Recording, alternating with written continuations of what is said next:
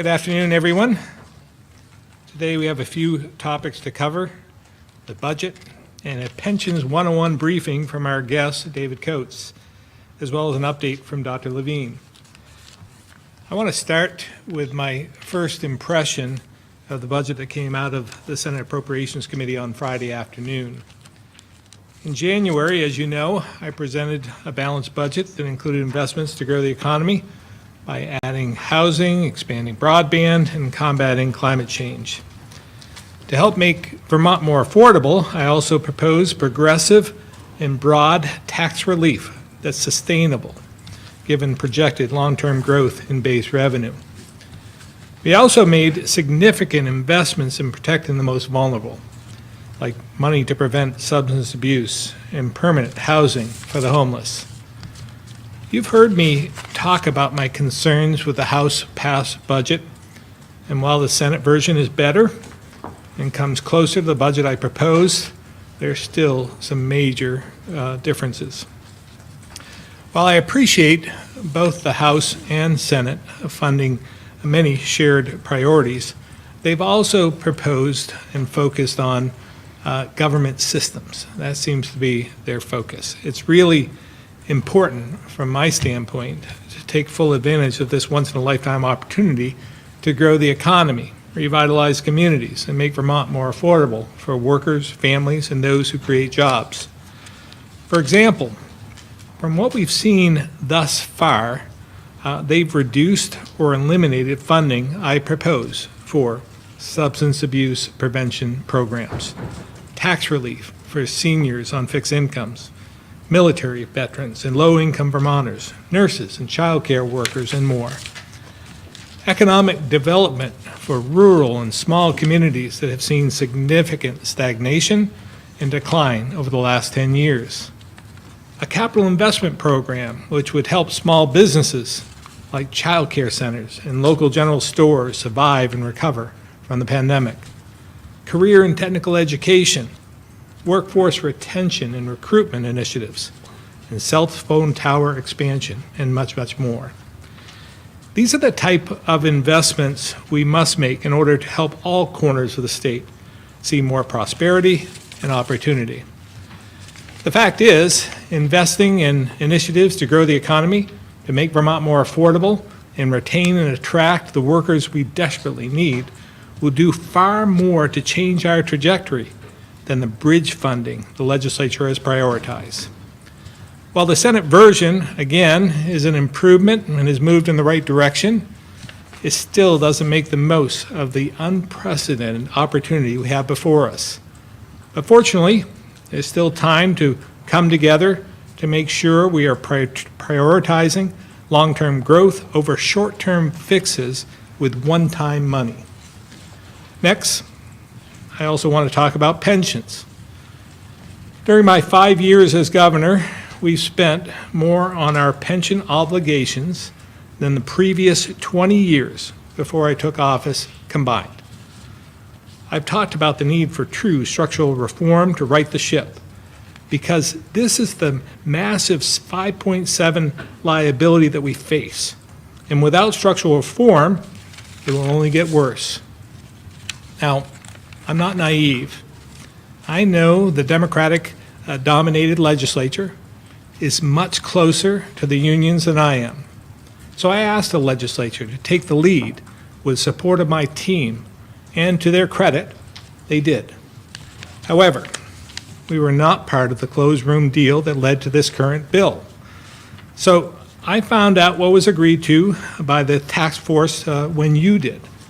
And when the bill was formally introduced on March 9th, the very next day, we sent a letter with some additional measures that we believe are necessary for long-term stability.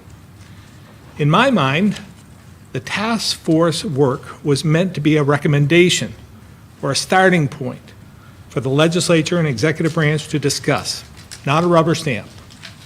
Typically, a bill is sent to a legislative committee where ideas are flushed out and built upon. Unfortunately, our recommendations weren't included, or for that matter, seriously considered. This bill, though it makes some positive steps, doesn't go far enough and simply kicks the can down the road. I'm concerned that we're putting a more than $200 million Band-Aid on this without fixing the underlying problems.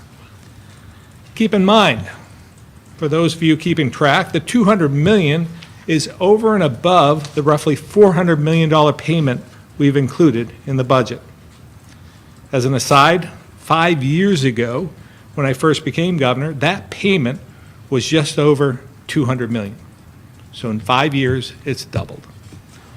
History shows us that simply adding more money is only a short-term solution, and we'll be back in a few years with the same issues.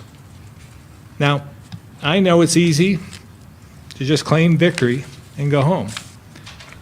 As I've said, the easiest thing for me to do politically would be to sign the bill, sing Kumbaya, and sleep easy knowing it won't be me or many of the current legislators who have to deal with this again in 5 or 10 years.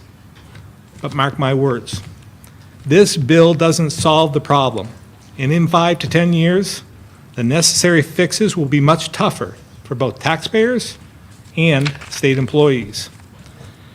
And making it even more challenging, those decisions will likely come at a time when we're dealing with budget shortfalls, not surpluses. I'm very pleased to have a real expert on this issue, Dave Coates, with us here today. Dave is a lifelong Democrat, and who I see as the somewhat whistleblower on the pension challenges we face. He's been sounding the alarm on this for at least 15 years, and there are few in the state as knowledgeable or as well respected as he is on this topic. Dave will go through his recommendations for how we can shore up the system, honor our promises, and protect taxpayers. So with that, Dave.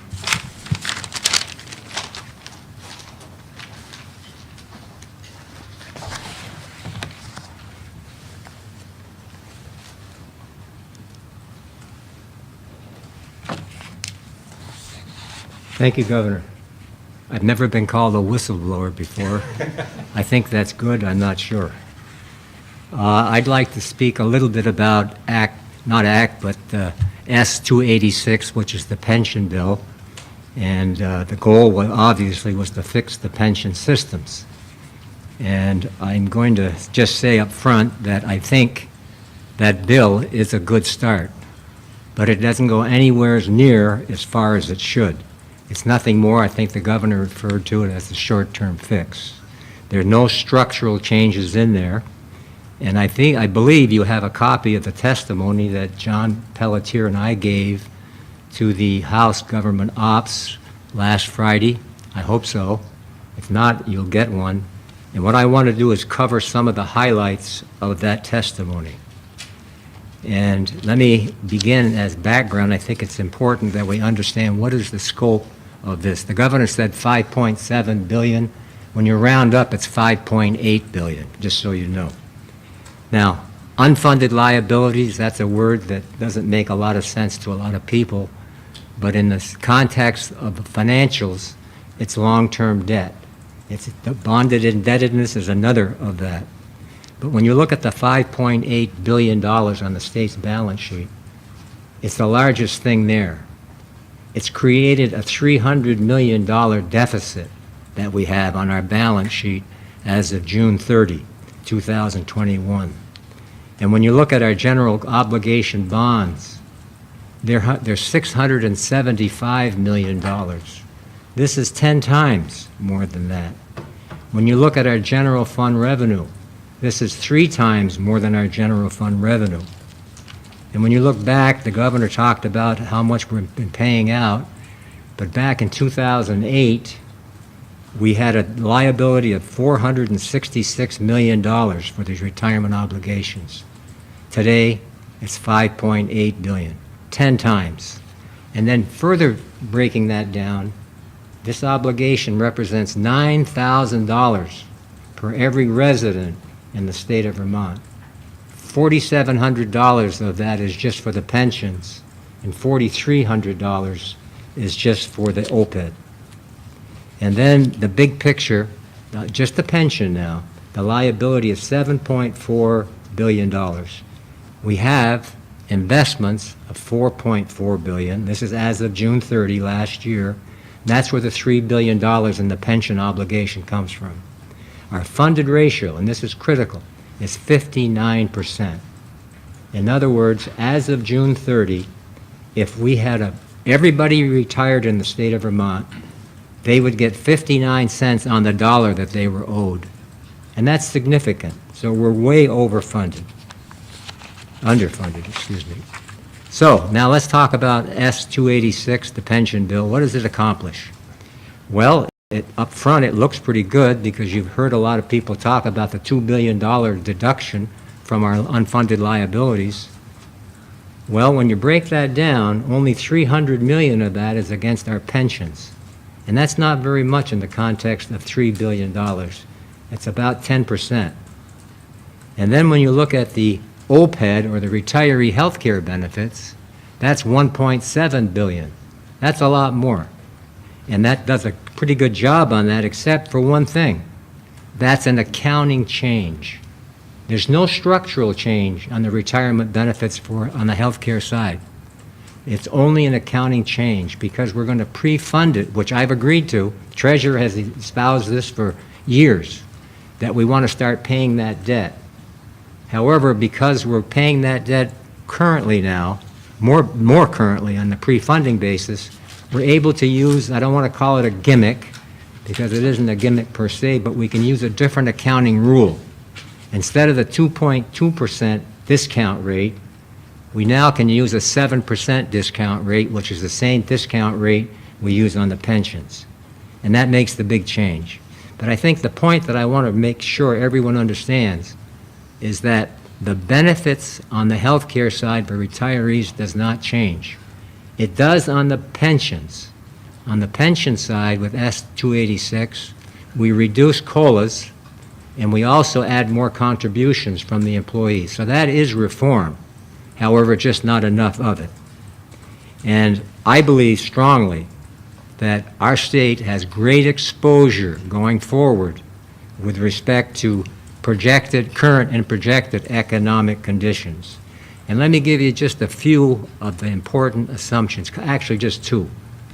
One, of course, is inflation. And I don't have to speak to you about inflation today because we all know it's at 8.5%.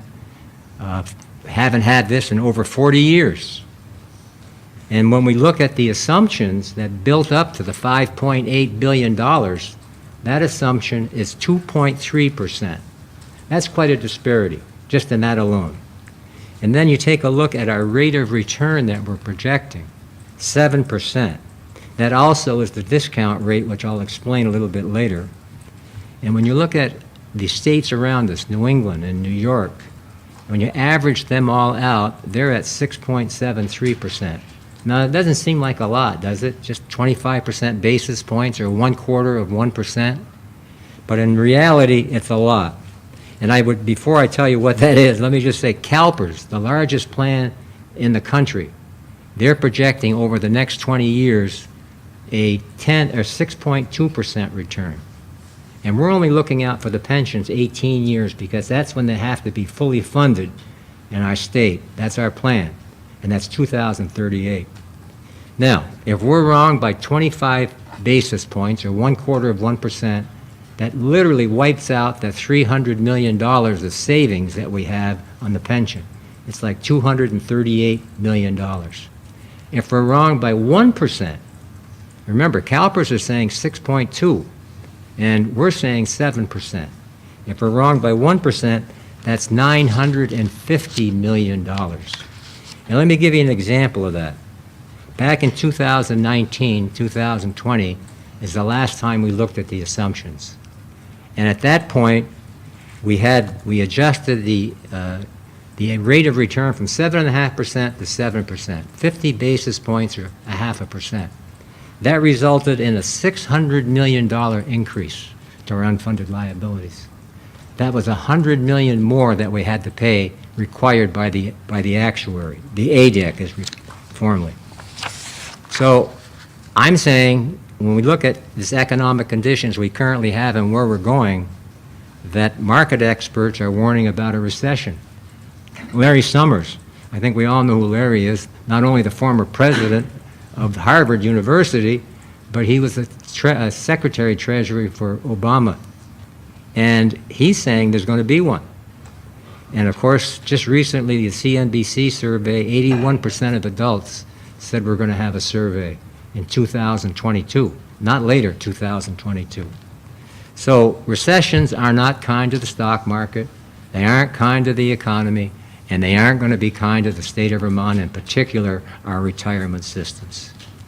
So what do we do to prepare for that? S-286 doesn't do it. It gets us a little bit into it, but not far enough. One of the things that I've espoused for a long time is what the governor has come up with. Actually, he's put a new wrinkle into it, which I think is unique, certainly unique for Vermont. That is, we create a new plan.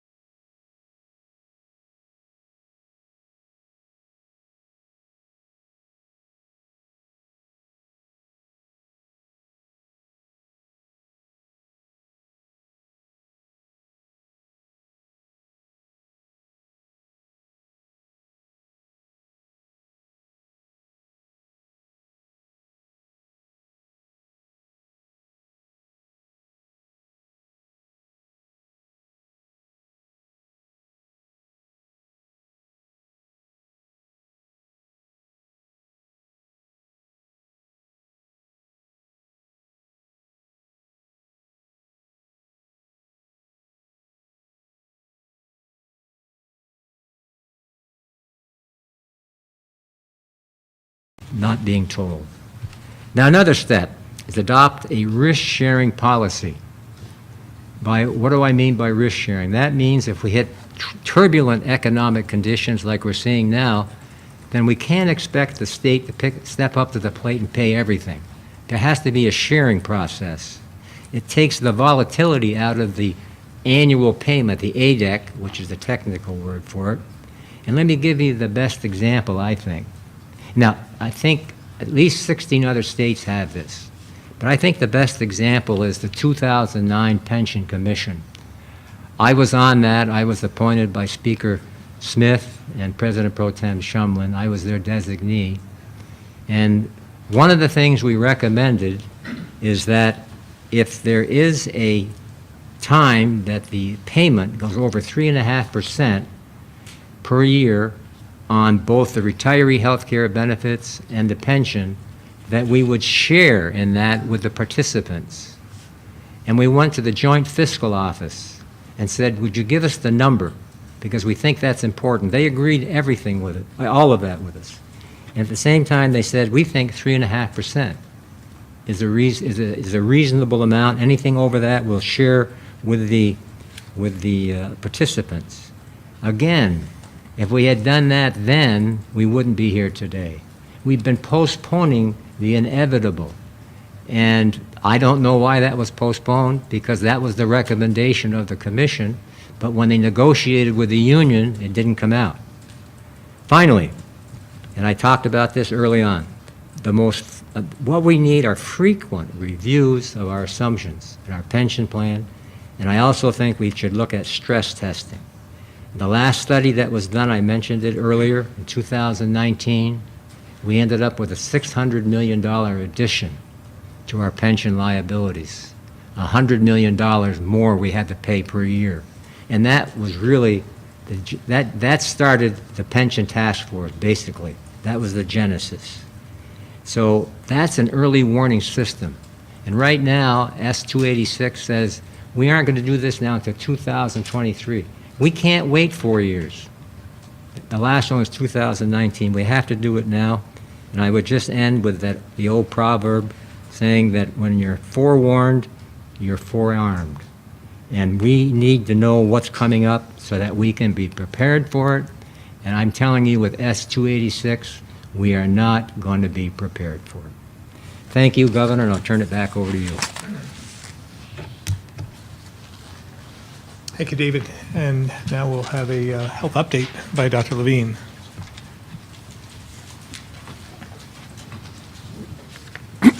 Thank you. Good to know there are other hard problems to solve. With regard to COVID, though, we're still in a similar place, watching and monitoring for any substantial impacts from the BA.2 variant. We know the virus is still spreading here and in the Northeast right now, but fortunately, the increases we're seeing in case numbers and hospitalizations continue to be on a much smaller scale than the original Omicron variant, still an order of magnitude less than at the peak of Omicron. With our highly vaccinated population and the relatively milder nature of BA.2 for many people, most Vermonters are not experiencing severe effects from this disease. This is now referred to as the decoupling of cases from hospitalizations and other serious outcomes, characteristic of the Omicron and BA.2 phase of the pandemic. Now, Vermont continues to be in the top 2 to 3 states for testing, which means compared to much of the rest of the country, we have far greater insight into cases here due to positive PCR tests. Whereas many states have dismantled their testing apparatus, Vermont still offers both PCR and take-home rapid testing at all of its testing sites for free.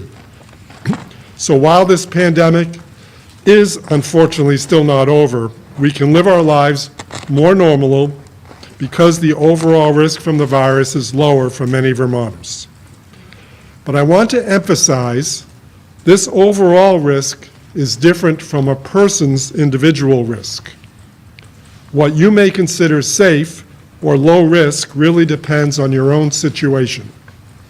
There are plenty of people who are at higher risk for serious illness, and they may want to take more precautions. You may still be wearing a mask indoors around others if you're older or have certain health conditions. If you spend time with someone who's at higher risk, or have kids that can't be vaccinated, or if you just feel more comfortable that way. Wearing a high-quality mask can give you an added level of protection, even when others around you are not masked. We all need to continue to support people's decisions around masking based on what makes the most sense for them and their situation. In a region like the Northeast, where the CDC level of community transmission is medium, the guidance is just this. If you are at high risk for severe illness, talk to your healthcare provider about whether you need to wear a mask and take other precautions. Now, you may have heard that yesterday a federal judge in Florida struck down the federal mask mandate on public transportation. This decision was on legal and procedural grounds, not public health considerations.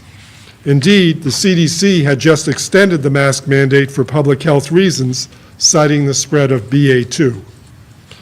While multiple airlines and Amtrak have already stopped requiring masks, this does not change our current guidance, which is in agreement with the CDC's guidance, that people continue to wear masks in indoor public transportation settings. But this is a recommendation and not a mandate. We'll await further word regarding the Biden administration's plans regarding this ruling.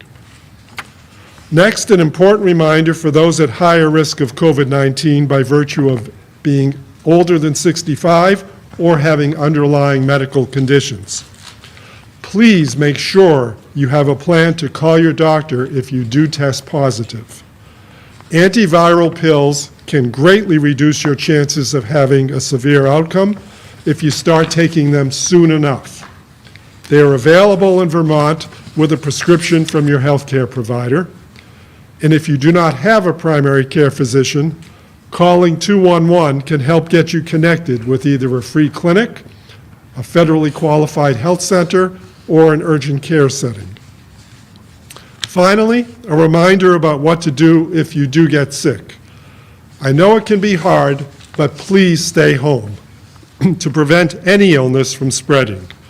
We're also seeing more flu activity, and know there are abundant other respiratory and gastrointestinal viruses circulating right now, in addition to COVID. Staying home when you're sick is a basic step to keeping everyone healthier. And since COVID symptoms can be mild, it's important to get tested. Fortunately, testing is a lot easier now that we can do it at home. Free rapid take-home tests continue to be available at test sites around the state that will allow you to take quick action to protect yourself and others. For more information, visit our website, healthvermont.gov/testing. In the end, living with this virus at this stage of the pandemic can be distilled down to the very basics. Be vaccinated and up to date, meaning at least one booster, to prevent serious outcomes. In many cases, vaccination can and will mean the difference between being sick or being hospitalized. Test at home for any symptoms and be prepared to act quickly to the result. And access therapies through your healthcare provider if you're in a higher risk group within the first 5 days of illness. I'll turn it back to the governor. Thank you, Dr. Levine. We'll now open it up to questions. Starting with folks in the room. Hi, Governor. Can everyone hear me okay? Thanks for the details on the pension.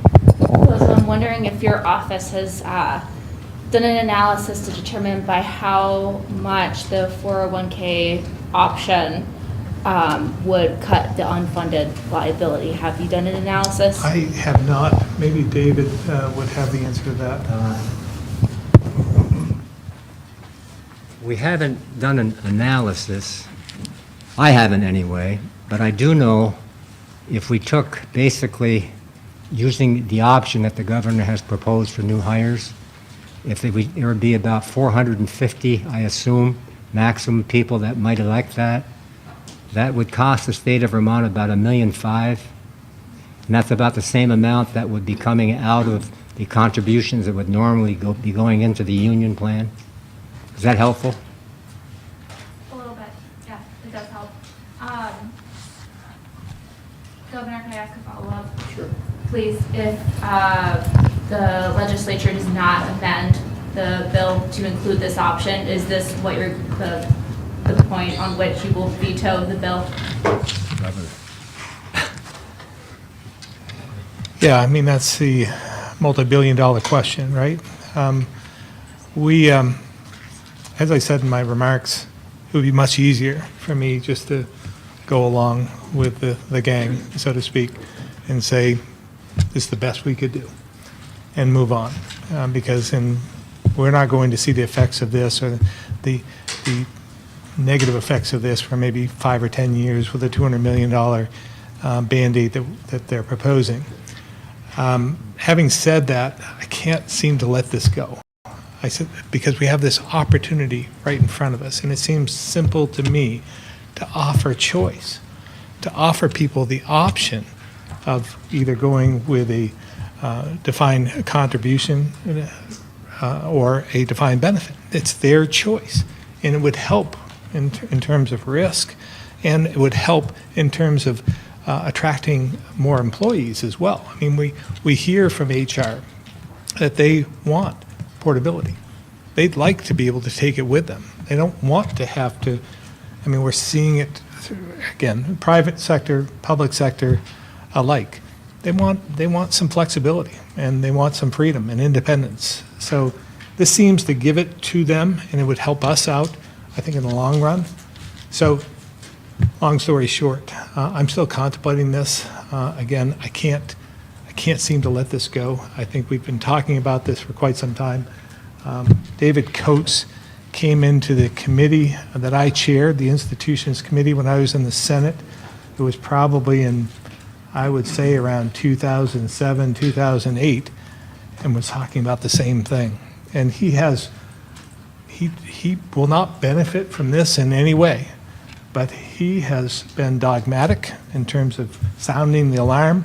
And when David Coates has an issue with this, I listen. And I think we should all listen to an expert like him. I want to make sure, can you all hear me okay? Clear on what you're asking the legislature to do. You know, we're talking here about defined contribution, defined benefit, but Mr. Coates just went through a litany of structural changes that he thinks are needed to truly address the situation. I don't get the sense that DC versus DB is key among those. Correct me if I'm wrong. Oh, it is. Okay. Absolutely. But so what is the ask here? What exactly are you asking the legislature to do? Well, that's first and foremost. I think there needs to be choice. DC, DB. I think that should be automatic, that a new employee gets a choice of what they do. So that's key to me. Risk sharing is another area that I think I agree with David on. He would, I mean, in reality, David would go far beyond those two initiatives, far beyond. But that's the two that I'm asking for. As an exempt employee yourself, did you get to choose which plan you wanted? I don't think I had the choice, to be honest with you. I don't believe so. I don't. Exempts do have a choice. Exempts? I don't know if I, Different. yeah, I don't know. What are you on? I'm sure it's like a defined contribution. Yeah. I wasn't intending to be around for a long time. And, I mean, you're framing this as though this would be a good thing for employees, right, this choice? But it's only a good thing for the pension system if those employees are drawing down less benefits in the future than they would be otherwise, right? Well, again, it gives them, we would know what we're doing for the vast number of employees. I mean, it's exact. We know we're giving them the money up front. It's the pay-as-we-go type of approach. With this other approach and figuring in, making assumptions like a 7% return, I mean, that's unheard of. I mean, we've been making the wrong assumptions about this pension fund for too long. That's what's gotten us into this problem. So that would eliminate some of that.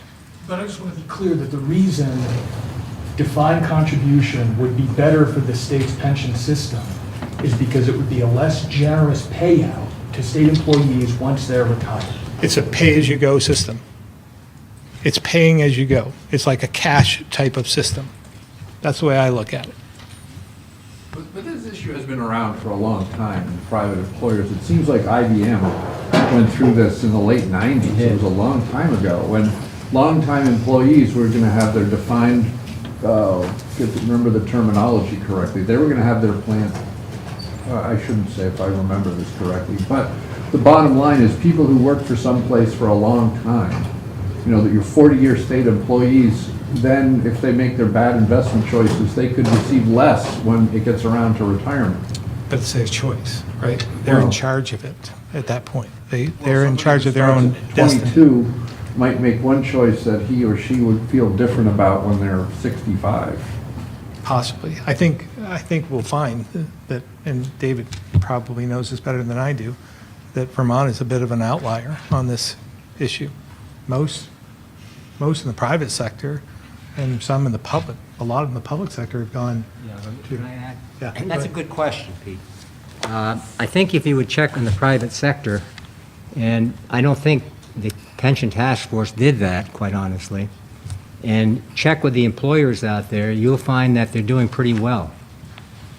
They've done as well or better than I think the state of Vermont has. And those balances are really good because they go through a whole long process. There's an educational process that goes to people with a DC plan. A 401k type is probably a better way to. And they're obligated by the government to do that. And they look at what their investment choices are, and it's based a little bit on your age. You mentioned somebody at 22 versus somebody at 65. They have different things and different retirement options. That's exactly why they have like a Vanguard or a Fidelity. They have plans that are for people that are younger, depending on what their risk tolerance is, and for people that are older. So as you get older, you want to take less risk. When you're younger, you want more risk. You said there is no actuarial analysis at this stage of what would happen going forward if you offered employees the choice. Would it be feasible to undertake that kind of analysis? I'm not sure I understand it. There's no option.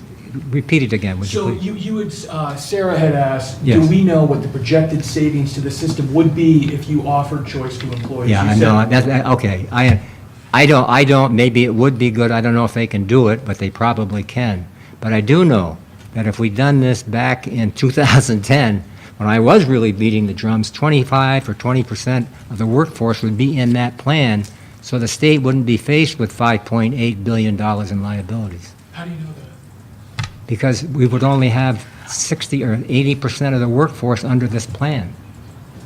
How do you know all those other employees would have chosen defined? Well, I'm saying if we'd gone with a DC plan. You mean not giving them a choice? just That's that- exactly right. So, Which is what companies did. You mentioned the company, IBM, okay, for one. They had sort of a cash balance plan for a while, which is a combination. And a lot of folks, a lot of states have gone with a hybrid plan. But just a full DC plan, that would totally change the liability of the state of Vermont. and is that what you favor personally? This is way better. I like the governor's option. I think this is what's unique about Vermont, as we've come up with something that's better than what most people have. So I like this. Governor, it'll be a question for you about the slides that are online, the modeling slides for this week.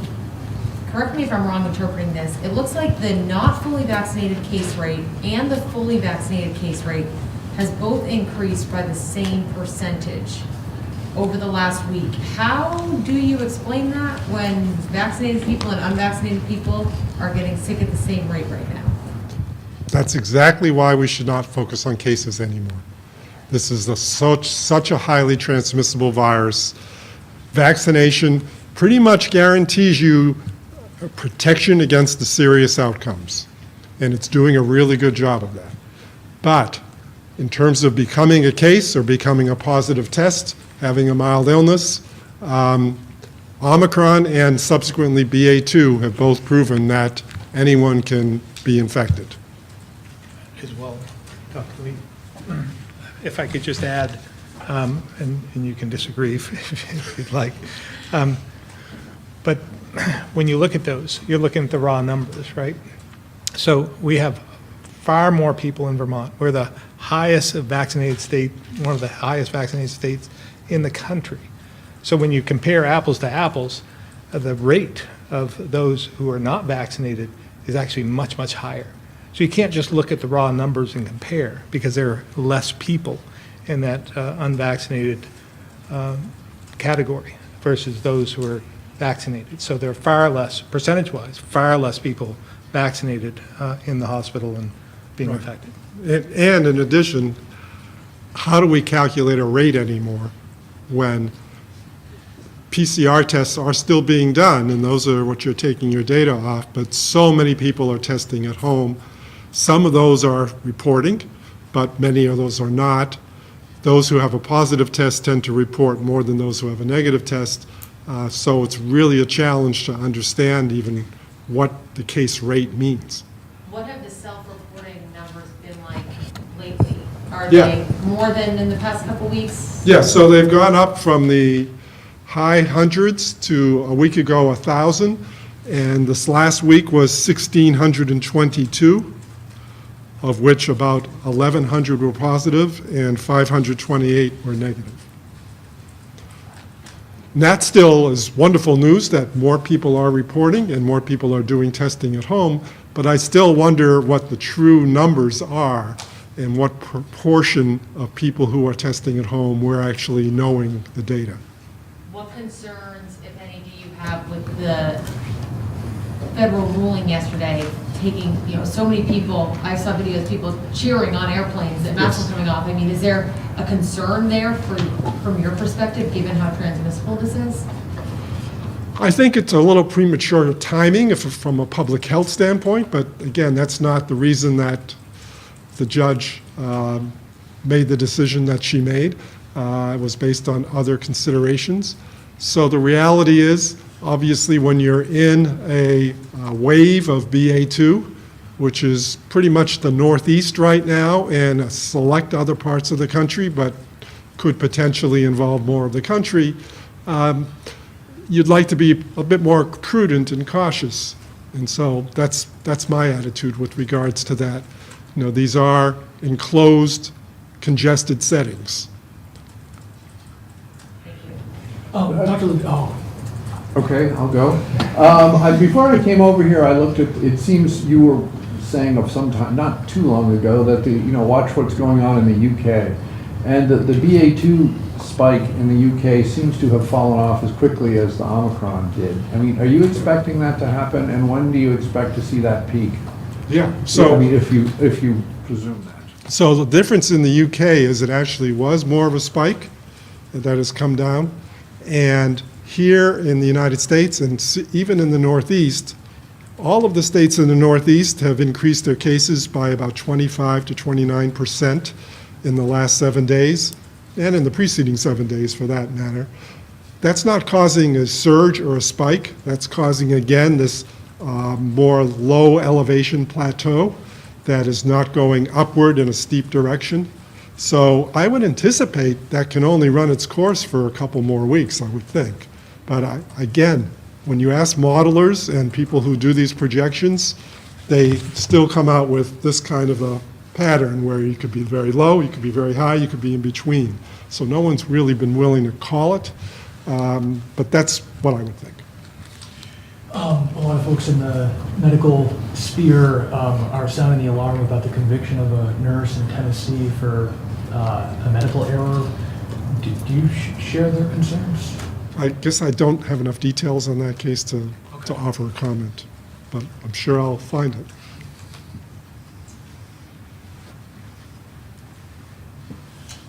Governor, I think Lisa asked last week about the medical monitoring bill that's heading to your desk. Do you have an updated stance on Yeah, that? again, my answer is about the same. I haven't seen the bill, but I fully expect if there's no technical problems with it, to sign it.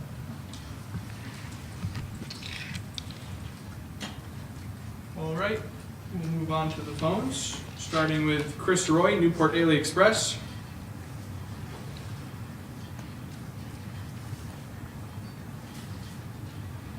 Chris Roy. All right, we'll move to Greg Lamoureux, the County Courier. Nothing for me today, Governor. Thank you. Thank you, Greg. Andrew McGregor, Caledonian Record. Yes, thank you. Good afternoon. For Secretary French, if I may, curious about your takeaways from the school facility inventory in terms of the state of school buildings around Vermont. Secretary Thanks French? for the question. Yeah, thanks for the question. Yeah, not surprising to a certain extent. The facilities inventory is just the beginning of a larger policy that's part of Act 72 that was passed last year. This gives us a very important starting point in our data. honestly, we didn't have good facilities records in the schools, so this was essentially designed to provide us some foundational information about facility conditions. The next step under Act 72 is to conduct a more detailed facilities assessment, so we'll begin to put a contract out on that in the near future. But we have some work to do in our facilities, and that I don't think should surprise anyone. And to the policy considerations from the facilities assessment, do they intersect, for instance, with pupil weighting and some of the larger equity and outcome considerations that are afoot as well? Yeah, I think there is an intersection. I think, like funding, facilities are an essential input to ensure quality and equity in the system. So it is important that we undertake a more systematic approach to reviewing the quality of our facilities statewide. Is more money the solution? Well, that's a big question. I think it's important to acknowledge, firstly, that Vermont is always one of the top spenders in education. So we, live in a state where we value education and make those investments accordingly.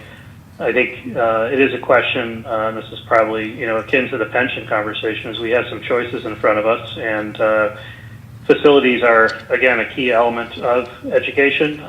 So I think that's ultimately going to lead for us to make some policy decisions around which facilities we invest in more so than others, so to speak. Okay, thank you very much. Lisa Loomis, the Valley Reporter.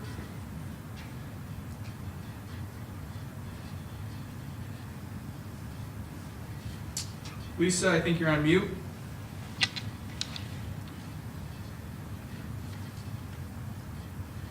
All right, we'll try Guy Page, Vermont Daily Chronicle. Hello, Governor. Hello, Governor. So one of my readers wrote to me yesterday that he has experienced what he is convinced is a COVID vaccine injury, a reaction to the Moderna vaccine. His doctors cannot explain it in any other way, but won't say that it's that either. And he says he's contacted both federal and state health agencies and has received no help on that.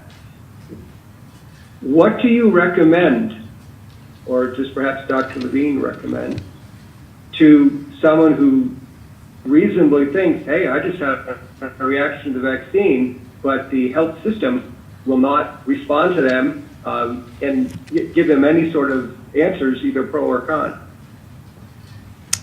From my perspective, I would see another doctor to confirm the first doctor's opinion, but Dr. Levine.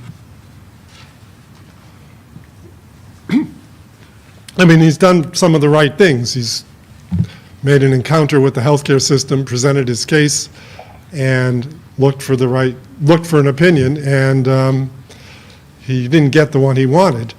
Now, I'm sure his case has been submitted through the reporting system, so it will get vetting at the level of the CDC, because there may be others like him who have had similar symptoms. You didn't give us details, which is fine, but that's how this process works. There are plausible and biologically implausible explanations for various types of symptoms and reactions. If he has an extraordinarily unique one, people will weigh in on that based on their experience with this vaccine and other vaccines. But he can certainly seek other opinions within the healthcare system, as the governor alluded to, which would mean people, depending on the symptom, who are in the specialty that symptom may fall within, or perhaps in the allergy or immunology spectrum, if it's really looking for a kind of immune reaction to the vaccine, etc. It's about all I can give you for now. Okay, thank you.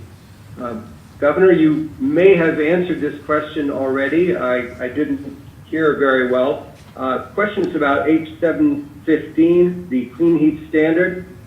Commissioner Tierney has said there's a big problem with it that apparently the Senate has yet to address on both electrical utilities and fuel dealers being able to claim clean heat standards for the same installed heat pump and other things like that. What are your concerns, if any, about H715, and are you prepared to veto if they're not met?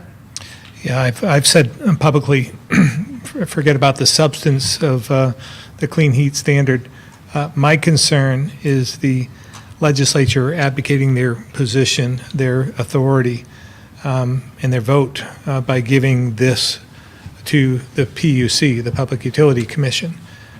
I have said that it needs, if they want to have the PUC take the first step and make recommendations, then it needs to come back to the legislature.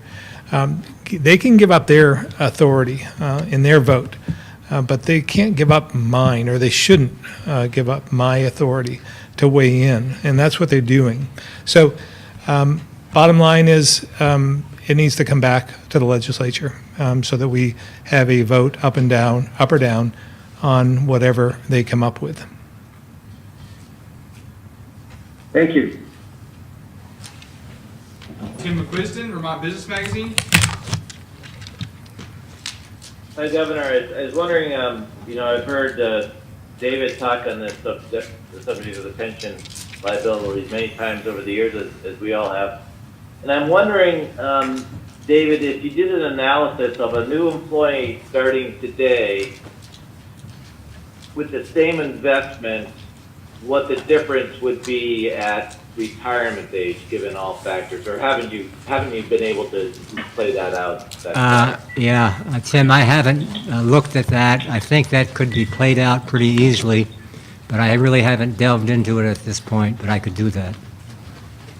I don't want to put you on the spot here, but is what you're, never mind that the state liability, but for the individual person, one of the presumptions is that if they went with what you're suggesting, they would wind up with more money at the end of the day. Is that fair? Or I don't want to put words into your mouth. You mean the DC, the defined contribution? Yeah. They could. Exactly. It depends on what their choices are in terms of investment and where they are in their career and where they are based on retirement. It very well could be, no question about it. But I would, Tim, I would just finish up again repeating what I said earlier, in that if you were to go back to the private sector and talk to some of the employers and talk to some of the employees within that 401k type plan, you'll find that they're very, very happy with the results and with the ability to have those under their control. You know, we've heard a lot about divestment, okay? And there's been a lot of pressure on the state investments about getting out of fossil fuels, et cetera. Well, if you have your own fund, you can elect what you want to invest in. That's totally different than being in part of a larger one. Go ahead, I'm sorry, cut you off. No, I'm just wondering what the if there's if at this point, given someone brought up the example of IBM doing it several years ago, and there's a lot of consternation at that time with the employees, but the employees made out very well in part because they got sort of a big lump of cash there. But I'm just wondering if there's been an example either in the private sector or perhaps even more relevant in the public sector in another state or something. I think it's all around. I can't give you the specifics, but I think the importance of that is that the people that are in the system, they're held harmless, okay? They continue on. However, the new people coming in are the ones that have the different options going forward. Yeah. Okay. All right, great. Thank you very much. And I look forward to hearing more on this subject. Aaron Patanko, VT Digger. Hello. I wanted to kind of go back to an earlier question that was asked about the breakthrough case rate, because I took a look at the data that reporter was mentioning, And it is more than just the relative population size. Even when you go to your charts calculating the case rate and the hospitalization rate per person or per 100,000 people, the case rate is very similar between unvaccinated and vaccinated people. And when you look at the hospitalizations rate, it looks like it's doing some unusual things. Last week, the vaccinated hospitalization rate was actually higher than the unvaccinated hospitalization rate. And I know that that's not a large sample size, but is that something you're watching specifically, like the number of vaccinated or the rate of vaccinated people coming to the hospital? I'm going to let Dr. Levine answer as well, but that's why it's difficult to rely on the data these days, because every state is reporting differently. Take right across the river in New Hampshire, for instance. They, at this point in time, are only counting those going to the hospital and being treated for COVID as the hospitalization rate, as the number in the hospitals. We are taking both those who come to the hospital because of COVID and those who just find out they have COVID when they get there. So that's about a 50% rate. So if you take, for instance, if you want to compare apples to apples, you would take 50% of our number of people in the hospital in Vermont and compare it to the number of people in the hospital in New Hampshire, because that's the way they're doing it. They're not including those who just happen to have COVID and being hospitalized. So that's the problem with the data we're seeing today. Everyone's counting it different, and we are just treating it the same as we always have. So, and that may be a discrepancy and show that, you know, we're out of balance as well. Dr. Levine? So, Aaron, I have the graph up that you're referring to. And just to give people context, it runs from last summer till now. And of course, during that time, there's one huge peak in January and February, which was the Omicron peak. But really, if you start from August or September of last year through February of this year, there's a gigantic gap between the unvaccinated and the vaccinated rates of new cases, which is what this is. When you get to the last month, the lines are much closer together. To me, number one, that represents the reality that I stated before, that people are getting this more transmissible virus at a very high rate. Number two, the virus may have actually exhausted a lot of the people who are unvaccinated in terms of their ability to get the infection because they've already gotten it. So that pool of people has really been used up, if you will, and that is, as the governor earlier said, a much smaller number in Vermont than those who are vaccinated. Those are the two probably major recommendations I would make to you in trying to analyze this. But I guess, again, because of the uncertainty of what is a case and how much of a handle we have on cases now compared to earlier in the pandemic, which is every state's dilemma, that's always going to be a challenge. And I guess the more we focus on those case numbers, the less relevant they become. And the hospital numbers are much more relevant, and they continue to show that our healthcare system is not by any means close to at capacity. It's doing very well, and it's not being overrun by COVID cases. I'd also add that this week's data, very similar to what we've seen in the last several months, shows that of those in the hospital, 48% are in the hospital because they actually were admitted for COVID itself, as opposed to admitted and then found to have COVID. And that number has varied between 38% and 55%. Hi, Hi. Yeah, kind of related to the, the difficulty of tracking the data these days with cases meaning less and less. The Department of Health tracks pediatric kind of levels of COVID almost entirely through the case rate. And that does seem to show kind of a mild increase. Anecdotally, we've been hearing from readers about a lot of outbreaks, especially in daycare facilities. It's still only really being tracked through kind of the overall pediatric case rate throughout the state? That's the majority, yes. And you're right, that case rate is now pretty much paralleling the overall population case rate. There was a point in time when Omicron where the pediatric rate was actually higher. Now it's pretty much paralleling the overall case rate in general. And I guess I've just cautioned you not to use the word outbreak too loosely because some of the things are probably clusters of cases or isolated cases. But childcare, schools, every sector of society is actually looking the same at this point in time. You yourself probably know people who have COVID right now. It's very common for people to tell you that they know people with COVID at this point in time, perhaps more so than at other points in the pandemic, even though most of the people they know aren't terribly ill, thank goodness. So I wouldn't just focus in on childcare age because really they're just reflecting the society and the community that they live in.